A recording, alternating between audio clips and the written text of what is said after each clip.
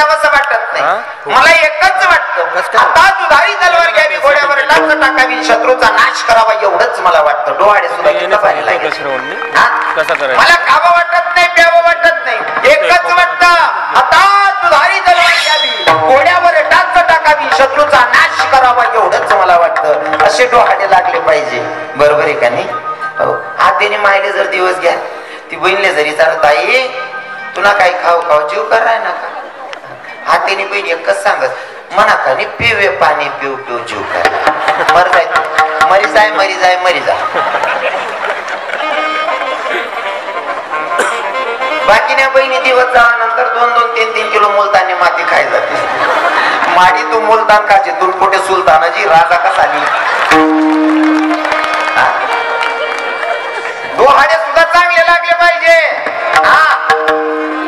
बाई मला खावंसं वाटत नाही, प्यावंसं वाटत नाही, एकच वाटतं काय, आता दुधारी तलवार घ्यावी, घोड्यावर टाच टाकावी, शत्रूचा नाश करावा, असंच मला वाटतं. डोहाळे सुद्धा असे लागले पाहिजे.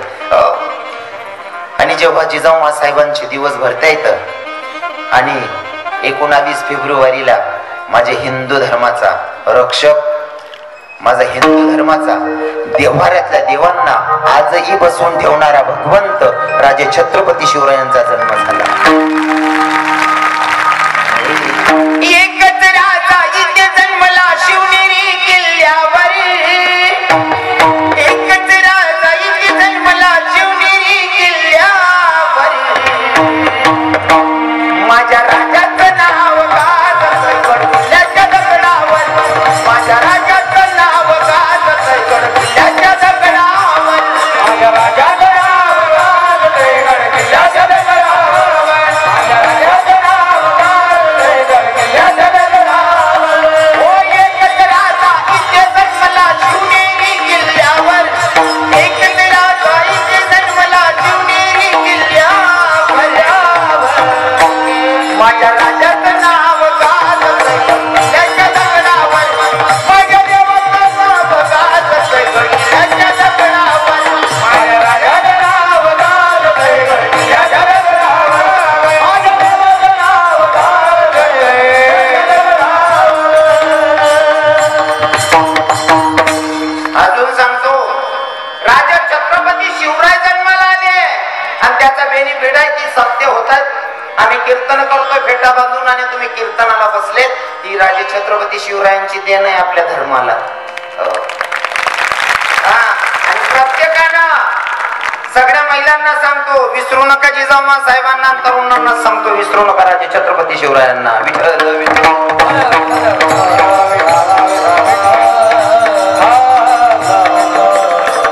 राजे जर जन्माला आले नसते तर परिस्थिती काय राहिली असती. देशासाठी पर्वा न केली तर नाती, ओ देशासाठी पर्वा न केली तर नाती, आणि आठवण राहू द्या शिवरायांच्या गुणाची, देशासाठी पर्वा न केली तर नाती, आठवण ठेवा शिवरायांच्या गुणाची, देशासाठी पर्वा न केली तर नाती, आठवण राहू द्या शिवरायांच्या गुणाची, देशासाठी पर्वा न केली तर नाती, आठवण राहू द्या शिवरायांच्या. जन्मला नसता हिंदू धर्म बुडाला असता, जन्मला नसता हिंदू धर्म, शिवबादर का जन्मला नसता हिंदू धर्म बुडाला, शिवबादर का जन्मला नसता हिंदू धर्म बुडाला. चिंता झाली असती साऱ्या जनाची, ओ चिंता झाली असती साऱ्या जनाची, आठवण राहू शिवरायांच्या मुलाची, त्याच्यासाठी पर्वा गेली तराची, आठवण राहू द्या शिवरायांच्या मुलाची, आठवण राहू द्या शिवरायांच्या तराची, आठवण राहू द्या शिवरायांच्या मुलाची.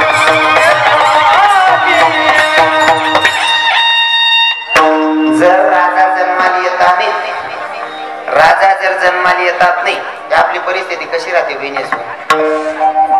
हा, आता तुम्ही आधी कुंकू लावतीस ना बहिणेश्वर, और आता नाही याटे टोप्या घाली बोलीन बाबा लोक बसलेत, यांना महाराजाचे टोप्या घालीन टाळवायची राही ना, असं राहत नाही. आता येराले आम्ही आवाज येतो, माऊली बाबा, हा भरत काका, शाना भाऊ, नान भाऊ, तात्या, असं नाही राहत. सलमान भैया, अब्दुल भैया, आणि तुम्ही बी सकुमाय बिकुमाय गंगूमाय नाही राहत्या, तुम्ही बी सकिना भाभी. राजे छत्रपती शिवराय जन्माला आलेत आणि आपल्या हिंदू धर्मावर आहे ना हा उपकार आहे राजांचा. मी एवढं फिरवून का सांगतोय तुम्हाला?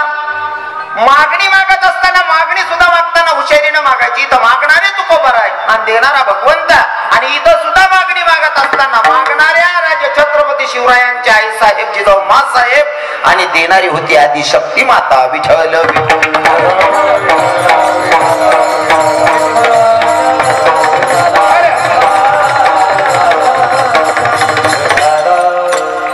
काय लोक असले मागानं सुधरत नाही, काय मागू असं. एकदा रस्त्यानं राजानं सवारी काढलेली आहे. शिकारीसाठी राजा निघाला, पण प्रधानाला सांगितलं, प्रधान आपण शिकारीसाठी निघतोय. कोण? मी आज खुशा, मी लय जोरात, मी लय खुशा. आपल्याला रस्त्यात जो कोणी पहिला शेतकरी भेटेल त्याला मागेल ते द्यायचंय. त्यानं जे मागितलं ते त्याला द्यायचंय. आता प्रधान आणि राजे चालले सैन्यासोबत. एक शेतकरी आव ताकत होता. शेतकरी आव ताकली राहता ते आव ताकलणारा शेतकरी देखील प्रधान घ्या म्हणे. दादा म्हणे काय? आमना राजा भयान खुश आहे. पहिला जो भेटीन त्याने तो जे मागीन ते देणं शे म्हणे. मागा काय मागणं शे. जर हुशार राहता शेतकरी ते गण काय मागेल येतात. म्हणजे शेतकरी हुशार गण राहतो बा, मग तो मागणारा तरी कुठेतरी कमी पडणार नाही. ते आमना शेतकरी बी काही कमी नाही येतच. हा 5 क्विंटल कपाशी 7 क्विंटल कशी करू ते आम्हाला पण शिका. आम्हाला शेतकरी काही येडा बिडा समजा नाही तुम्ही. शेतकरीनं सांगितलं तुमचा राजा खुश आहे ना, मी जे मागेल ते द्यायला तयार आहे. म्हणले हो मागा म्हणले शेतकरी. दादा काय मागायचंय? शेतकरी म्हणे भाऊ घर ते ना डब्बा बी लय येऊन म्हणे, पुडी बी लय म्हणे, फक्त तमाकून पुडी ना ते चुनान पुडी ना याद पडी घ्या म्हणे. मला तेवढी चुनान पुडी आण द्या म्हणे. आता मला सांगा देणारा कोण होता? राजा. मागणाऱ्याची ऐपत कमी पडली. बरोबर आहे ना?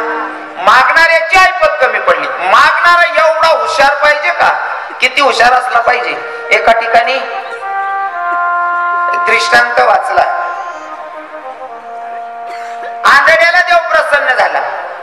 आंधळ्याला देव प्रसन्न झाला आणि आंधळ्याला देव प्रसन्न झाल्याच्या नंतर देवानं सांगितलं म्हणले सुरदासजी मैं आप पे प्रसन्न हूं, जो भी मांगना है जल्दी से मांग लो. आंधळ्याला वाटलं देव प्रसन्न आहे म्हणे. पण देवनी सांगा का म्हणे सुरदासजी तुमले डोळा नाही शेतच, मागताना हुशारीने मागा म्हणे. कसं?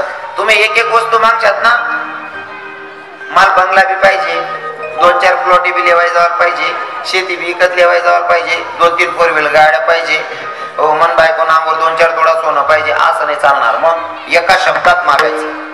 एका शब्दात मागायचं. आंधळ्याला देव प्रसन्न आहे, एका शब्दात मागायचंय. बघा मागणारा हुशार असला कसं मागतो. आंधळ्यानं मागणी मागितली, देवा एका शब्दात मागायचं म्हणले. हो एका शब्दात मागितलं आंधळ्यानं देवाकडे. मागणी मागितली, देवा एका शब्दात मागतो लक्षपूर्वक ऐक म्हणले. सांगा सुरदासजी देवा मला दुसरं तिसरं काही नको देऊ, मला फक्त माझ्या नातूच्या डोक्यावर राजछत्र धरलेलं बघायचे. काय मागितलं? माझ्या नातूच्या डोक्यावर राजछत्र धरलेलं मला बघायचंय. बघा ना एका शब्दात मागायला सांगितलं, एका शब्दात किती मागितलेलं आहे फोड करून सांगतो. आंध्याने मागणी मागे मना नातूना डोक्यावर मला राजछत्र धरेल दखनाशे. पहिले त्या बाबा आंध्याशे चांगला फिरायला 40-40 ना वहिनी अहो बाबा आंध्याला पोर कोण देईन. मागताना बघा बरं, मागताना कशी हुशारीने मागितलं. आंधळा देवा माझ्या नातूच्या डोक्यावर मला राजछत्र धरलेलं बघायचे. आता देवाला आंधळ्याला बायको करून द्यायची. आंध्यानं लगीन बी कर देणं शे. हा आणि लगीन व्हानंतर त्याला पोऱ्या व्हायला पाहिजे. आणि पोऱ्याना नातू म्हणजे पोऱ्याला बी पोरगा व्हायला पाहिजे. म्हणजे आंधळाले नातू व्हायला पाहिजे. आणि तो नातू राजा व्हायला पाहिजे. राजा डोक्यावर राजछत्र धरेल दकान करता डोळ्या बी दिदे. एकाच शब्दात किती मागितलं?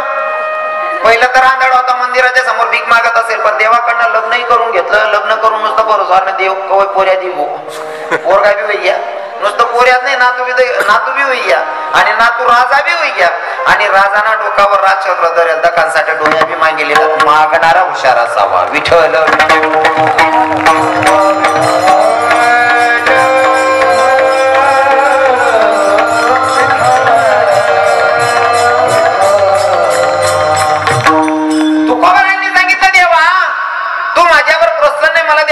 म्हणले हो पण देशील काय देणार इथं तुकोबर आहे ना तो ओढ बोलताना जरा हक्काने बोलले तुकोबर आहे देवा तुझ्याकडे मागणी मागितली आणि तू देशील मला काय देणार अरे तुझ्याकडे मागण्यासारखं आहे तरी काय आणि तू देण्यासारखं तुझ्याकडे ठेवलंय तरी काय तू काय देणार आहे मला मी तुझ्याकडनं मागावं तरी काय आणि तू जर द्यायला तयार असशील तर माझा मागायचा विषयच नाही तू एवढं कर्जानं बुडलेला आहे ना तुझ्यावर एवढं कर्ज आहे ना अरे माझ्या पूर्वजांनी तुझं सगळी सेवा केलेली रे तुझा धारवंटा राखला माझ्या पूर्वजांनी सगळी सेवा केलेली आहे अजून त्यांचंच देणं तुझ्याकडनं फिटलेलं नाही तर मला मागायला काय सांगतो महाराज म्हणतात अभंगाच्या माझ्या वडिला माझ्या वडिला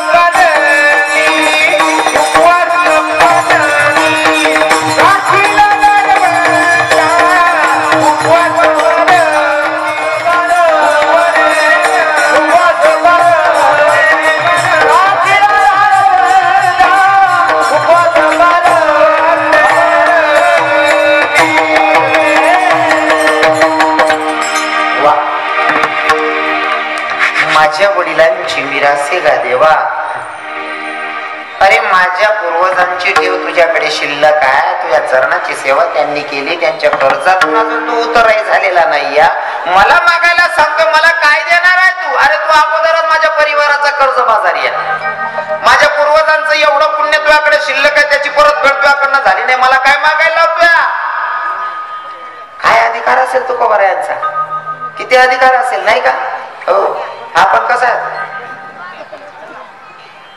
हो देणारा जगना मालक आहे तरी सुद्धा उपाधी करा ना तू कोबरा आहे तू काय दिशी म्हणे कारण देणाराही तसा आहे मागणाराही तसा अधिकाराचा आपल्याकडे जर कोण माग आलो ना याच ना जाऊ द्या तुम्ही बहिणीचो मापलं रास ना ते पावशेर ना बाबा पावशेर ना मापला मग पीठ मागा जर बाजून बाई ना ताई आमच्याकडे पाहुणे आले हो कणिक संपले जरा पावशेर कणिक मिळेल का मन माय ते कणिक असं बुरबुर आहे टाका बरं वाचाडी पावशेर ना कितला वाचाडी मूठभर वाचाडी त्या मूठभर काय काय तू बंगला बांध देशी का हा असं बुरबुर आहे पावशेर बरं अरे काय येडावी जायला लोके संसार मग बाप ईश्वर न बाहेर येडावी जायचे बाबा लोके माऊली बाबा इथला येडावी जायचे म्हणजे मी असं म्हणत नाही कारण मी जे कानले मी कसं काय सांगतो लिहू नका असं पण बा थोडं पुढे तरी दर सोडवी करायचं बा असं इतकी बार काही लोक संसार मग इथला येडावी जायचे एक म्हातारा सिरियस होता डॉक्टरने सांगते ना म्हातारा तास 2 तास मग मरीन भाऊ असं सांगेल वर म्हातारा मरण टाइमले पोरे म्हणे डॉक्टरने ते सांगते ना आपला पप्पाना टाइम होई जायला शिकवा असं हा ते पप्पाना ते लेंडर पुसवा आमाशी. मग पप्पा असं का कराय ना. मग पोरीले समजणं अरे आपला म्हाताराने कुठेतरी काहीतरी जपाडेले ते सांग म्हणे. कोणतं पप्पा म्हणे कोणतं म्हातारा असाच करे आता का दाखला म्हणे हो आता ना बिदळा माझा अबिल घरी कोण म्हणे बिदळ अख्खं बिदळ पाठ टाक काहीच सापड नाही. मोठा म्हणे तुला ते नाही आता ना सांग तू तुला का पाठ टाक आता ना बी बिदळ बघतो कोरी कोरी पाठ टाक. म्हातारा म्हणे पप्पा दोन्हीकडे ना मी दापडी घ्या काहीच सापडणार नाही. नेमन सांग ना कुठे टेशे कोरे म्हणे ऐकाय सुधरू द्यावं नाही. डॉक्टरले बोलाव डॉक्टर साहेब म्हणे काय म्हातारा असं कराय ना. फक्त म्हाताराने सांगितलं कुठे काय ठेवले इथलांसाठी 2 मिनिटं बोलायला पाहिजे काही करता येईल का. डॉक्टर म्हणे हो एक इंजेक्शन 40,000 रुपये लागतील. म्हातारा 2 मिनिटं बोलले 40 लिहिल्या पण इंजेक्शन द्या. 40,000 इंजेक्शन देणं या पोरीला असा जाऊ द्या 40 कितलाट केले ती काय केले. म्हाताराला इंजेक्शन दिलं म्हातारा बोलायला लागला खाऊ पप्पा कुठे काय ठेवले कुठे काय ठेवलं नाही रे येडा स्वण ती बाजूनी बहीण बिगरी चरण म्हणा पाहिजे गायनी लय झाले ते मागे पीठ गायन गायनी करता दोन्ही बिधडा पाठ टाका 40,000 इंजेक्शन बी वाय बा कितला संसार मग येडा. असं काहीतरी कर्तबदारी करायची की देवाच्याकडे आपली उदारी असली पाहिजे मागायची. देवा माझ्या पूर्वजांची ठेव तुझ्याकडे शिल्लक आहे. तुकोबरायांना देवाचा प्रश्न आहे. देवा तुकोबराय तुमचा आमच्याकडे शिल्लक आहे मला माहिती मान्य आहे पण कमीत कमी आम्हाला पुरावा एखाद्या शब्दात सांगशाल का तुमच्या पूर्वजांनी काय असं केलंय माझ्यासाठी हे जे पुन्हा अजून शिल्लक आहे तुमच्या पूर्वजांनी काय केलंय ऐकायचं का. ऐका मग अभंगाच्या दुसऱ्या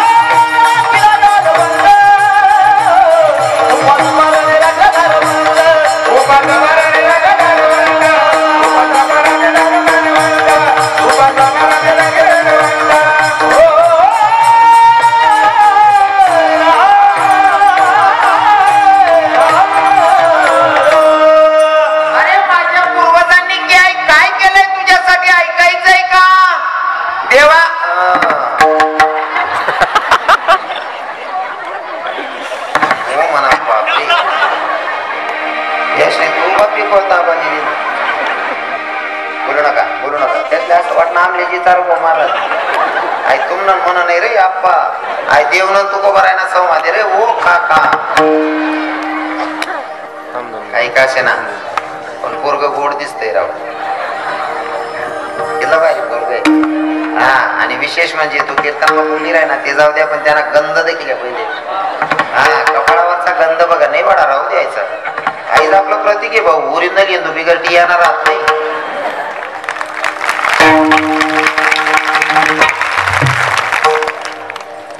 ज्या लावतात ते त्याचे समजे जायला पाहिजे मन म्हणणं काय. एकाही हिंदूनं बिगर टिडा लावायचं राहायचं नाही दादा. आता म्हणे माया बिचाऱ्या एक बी बाई बिगर टी आणते कस का बिगर कुंकुनी ती कस का. हा ती आपली संस्कृती आपला धर्म ना नेम येत तेवढं पाळायला पाहिजे. आता तुम्ही कोणीच बोलतात ना का इथला टाला म्हणा, कारण तुमले असं चांगलं म्हणते ना का तुमले असा किडा पाडशात प्रत्येक हिंदूच्या कंपडावर थोडा का ना गंध लावलेला असला पाहिजे, लावलं पाहिजे. बाकीना सांगतस गोहत्या बंद झालीच पाहिजे, गोहत्या बंद झालीच पाहिजे. ओ गोहत्या बंद करणारा आता बंद करायची आहे ना, मग दुसऱ्या लोकांना बोलण्यापेक्षा मला असं वाटतं गायी पाडणारा कोण आहे? माऊली बाबा, गायी कोण पाडतं माया? हो, गायी कोणा पाण्यात जास्त? शेतकरीच पाड, बरोबर आहे ना. मग गायी शेतकरीच पाहिजे, कापणारा ईस काय जात का? मग अरे त्यांना बोलण्यापेक्षा आपल्या विकणाऱ्याला थांबवा ना. विठ्ठल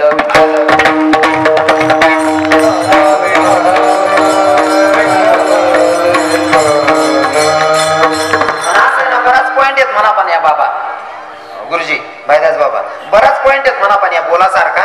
पण मला एकला ना एकला तोंड पडत आणि खरं जर बोलायला घेत मुख लागले पचत नाही. खरं जर बोलायला घेत सगळी माय सुद्धा सांगस तू मन पोटणार नाही शिरा खरं मुख लागले पचत नाही, त्यामुळे आपण बोलतच नाही. मग आपलं काय ऊन वावर बरं वाईट घसडी घुसडी निघाव 2 तास. खरं जर बोलायला वाढे मुख लागले तर का लाग जाई. विठ्ठल विठ्ठल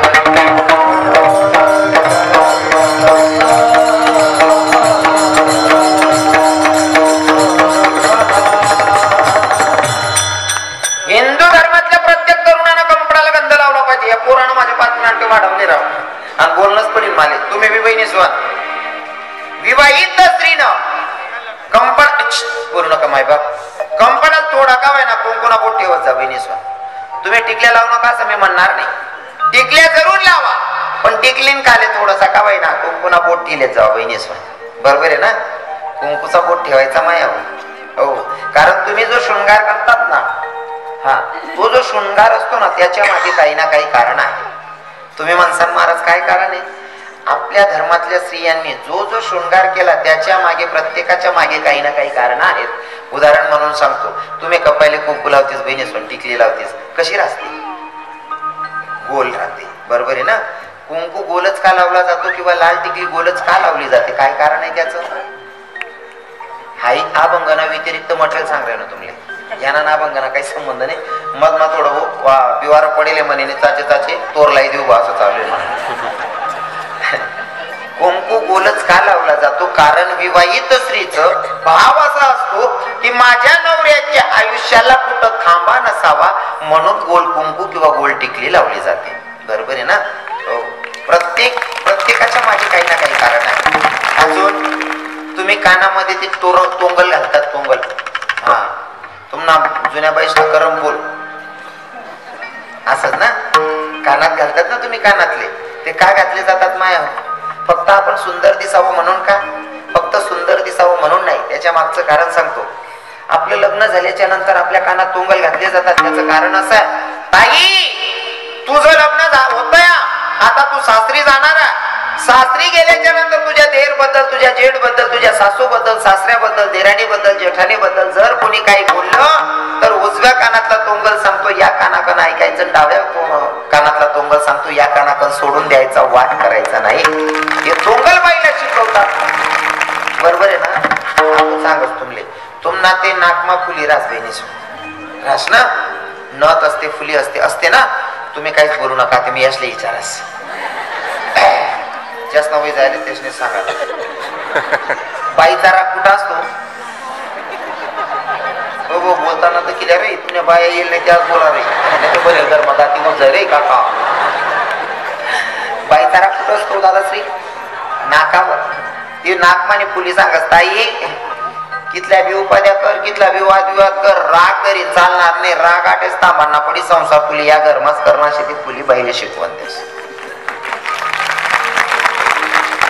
आपण सांगस बाबा बट मटेरियल शे, पण काय काय सांगू असुविधा इथलं सावडो वाढेल रास काय काय खाऊन काय काय नाही. मग ती फराळ सुद्धा पुरी होत नाही, ते बी तात्मा सोडील पाहिजे येणं पडत.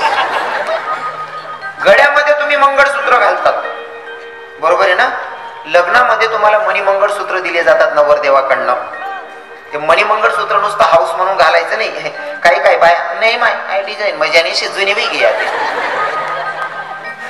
नाही होत आई तेव्हा आहे ना ते मेणबत्ती नाही ना काही लाईलो मेन भरलो मग दाबावतच नाही त्या. खरं कारण ऐका, मणिमंगळसूत्र का घातलं जातं माझ्या माया हो लक्षपूर्वक ऐका आणि करता आलं तर स्वतःमध्ये परिवर्तन करण्याचा प्रयत्न करा. मणिमंगळसूत्र तुम्ही घालतात ना, माझ्या बहिणींना सांगतो, मायाच न वय घ्या ते बहिणीसले सांगण्याचे, कारण तेच ना काय बिचारीच ना संसार वय घ्या तिसले बोलीशे फायदा नाही. तरुण बहिणींना सांगतो, मणिमंगळसूत्र तुम्ही घालतात ना, मणिमंगळसूत्र बाईला उपदेश करतो. मणिमंगळसूत्र म्हणजे काय, तुम्ही 2 डोरले असतात बरोबर आहे ना, 2, 4, 5 ज्याचे पैसे असतील त्याचे 10, 15 सोन्याचे मणी असतात आणि त्याच्यामध्ये काळे मणी असतात बरोबर आहे ना. ते मंगळसूत्र बाईला सांगतात, ताई तुझं लग्न होत आहे ना, आम्ही सोन्याची डोरलं, सोन्याचे मणी आणि साधे मणी असतील आणि काळे मणी असतील, सगळे एका दोरात राहतोय ना, तसं तुला परिवार धरून एका घरात राहायचं. ते मणी मंगळसूत्र बाईला उपदेश करतं. पटी राय ना बहिणीचं. मग या पटाना जे कॉनलेस ना मी आता लास्ट वाला सांगतो ऐका. तुम्ही साखरपुडा झाल्याच्या नंतर साखरपुड्याच्या मध्येच तुम्ही चाळ आणतात नवरी पोरगीला बरोबर आहे ना, चाळ आणतात ना, पैंजण काय म्हणतात तुमच्याकडे, साकड्या. त्या साकड्या असतात का, साखरपुड्यामध्ये साकड्या घालतात तुम्ही. प्रत्येक साकडीला आहे ना घुंगरू असतो, घुंगरू दोघं बाजूला. त्या साकड्या बाईला सांगतात, ते चाळ मधले घुंगरू बाईला चालत असताना सांगतात, ताई आता तुझं लग्न होणार आहे, जरा जपून पाय टाक, कारण जीवनामध्ये जर तुझा उजवा पाय घासरला तर तुझ्या सासऱ्याची आबरू जाईल आणि डावा पाय घासरला तर तुझ्या बापाची आबरू जाईल. ते चाळ मधले घुंगरू बाईला उपदेश करतात. हा शृंगार आहे, हा शृंगार आहे. नुसतं शृंगार करायचा म्हणून करायचा नसतो, त्याच्या मागे काहीतरी शिकण्यासारखं आहे. पण घेता आलं पाहिजे. विठ्ठल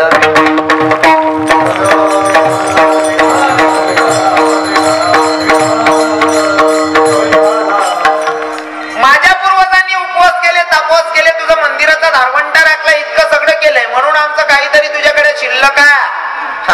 मग साधकांनी सुद्धा प्रश्न केला असेल कदाचित आपल्याही मनात येस, उपवास तापास आम्ही बी करतच, उपवास ते आम्ही बी करतेच, आमना बी देवांकडे लिहिणं आहे का, पण आपला उपवास माने संताच ना, उपवास मला परक्ष बहिणीस आपला उपवास.